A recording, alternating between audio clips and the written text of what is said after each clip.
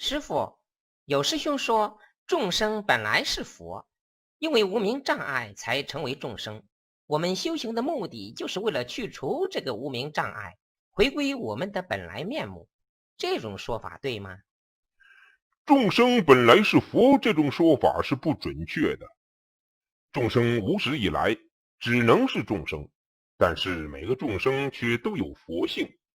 也就是说，每个众生虽然不是佛，但却都有成佛的基本条件，只要精勤修行，最终都能够成佛。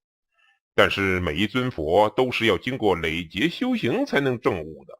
假如一个众生永远没有因缘走上修行的道路，那么他永远都只能是六道轮回的众生。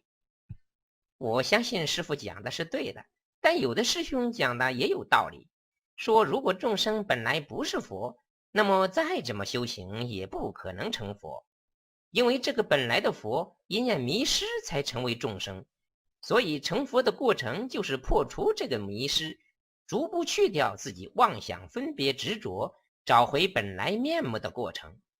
世尊在圆觉经中有个比喻，含金的矿石比喻是众生，贵重的黄金比喻是佛果。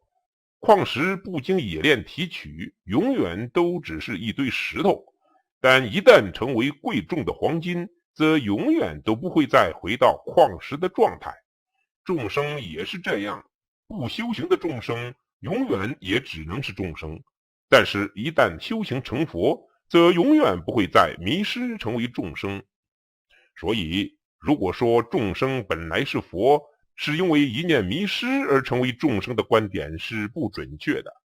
它会让人觉得，既然佛也会迷失成为众生，那么我们精勤修行的意义在哪里呢？因为成佛后还有可能再迷失成为众生啊。